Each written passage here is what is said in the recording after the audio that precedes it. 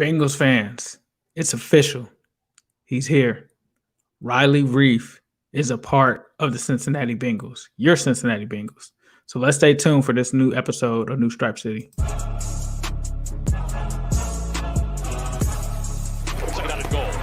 Dixon out of the backfield. Has some daylight. Hurdles to the end zone. In for the score, and he took a lick from Miles Jack, but he hung on.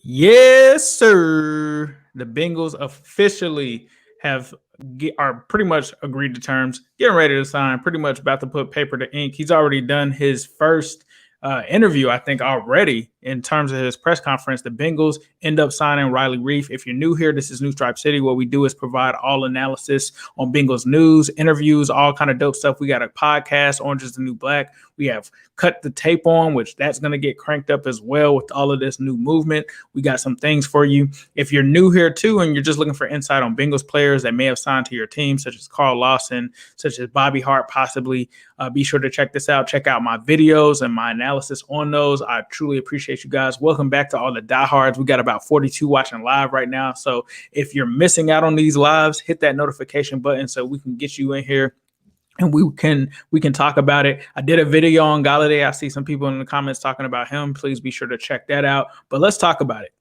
Riley Reiff is the perfect person to bring to Cincinnati. Why?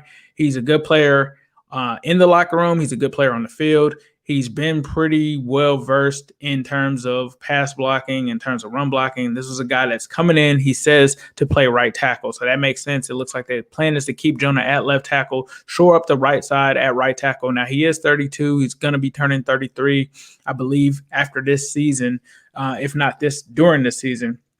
So it's a good move. The Bengals needed to shore up that position, and I'm not really worried about signing offensive linemen over 30 because they tend to play a lot longer other than other positions. It's not like the running back position or the wide receiver position. It's not a skill set player position or even a linebacker position, right? It's a position where those guys generally play longer. So I think that he brings some stability there. I think that it's a great move. He's a veteran. He's a guy that can come in and teach Jonah and teach the rest of these guys how to get right. Definitely think that he's an upgrade over Bobby Hart. I just did a video on Bobby Hart. If you want to watch that, please be sure to check it out. But a clear upgrade. This is a guy that played right tackle, I believe, in 2016 for one season, has notably played at left tackle for the most part of his career. But anyway you look at this is a huge upgrade. He was supposed to there was a possibility of him returning with the Vikings, but it was just too much money for them to pay him. He decides to go with the Bengals. He was visiting yesterday.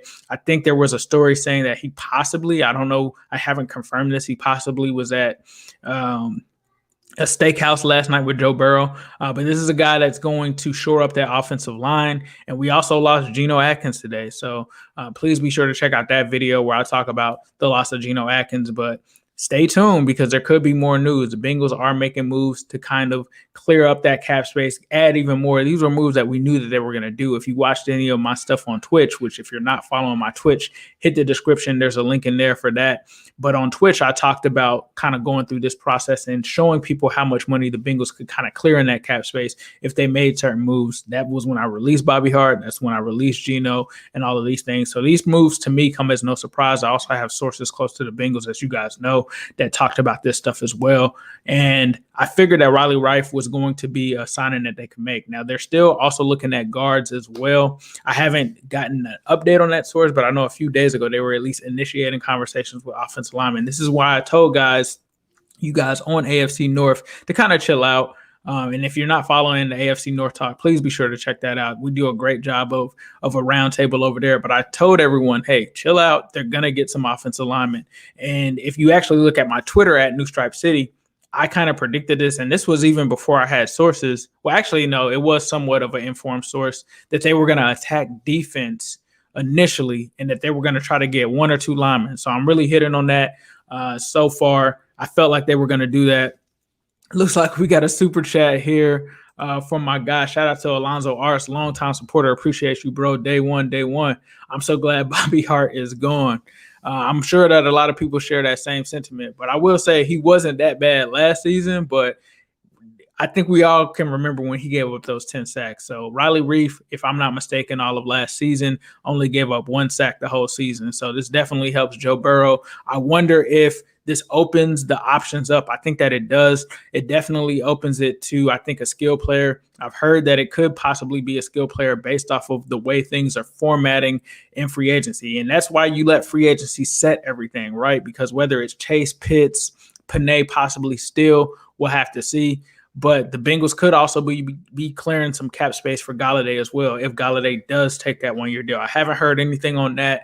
As soon as I do, and it's said that I can say something on it, then I will. But this is a tremendous signing for the Bengals. This is a guy that's going to come in and bolster that offensive line. And I think that he's going to give you everything that you need in terms of protecting Joe Burrow, being a solid guy across from Jonah. Now, outside of that, they still have to attack the guard position. And so I think they have to determine whether or not Billy Price is going to start center or whether that's going to be Trey Hopkins. Billy Price is going to be one of their guards.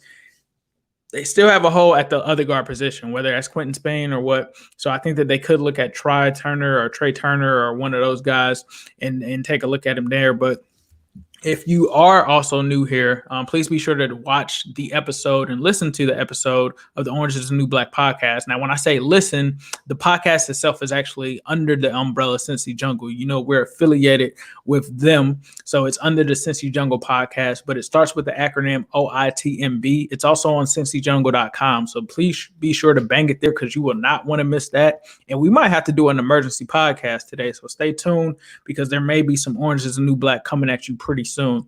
But we also have a lot of stuff planned moving forward. Cut the tapes on, meet with coach. We're going to probably get some stuff done too as well. We're not going to rush it right now because there's such a frenzy, but you can be sure that you're going to get some content. So I appreciate the support. Let me know what you guys think in the comments. And as usual, I'm not going to leave somebody out with a super chat. My man Nandan 279. Think about this: Golladay, Chase, Higgins, and Boyd. Yes, bro, I can think about that all day. I can think about it for sure.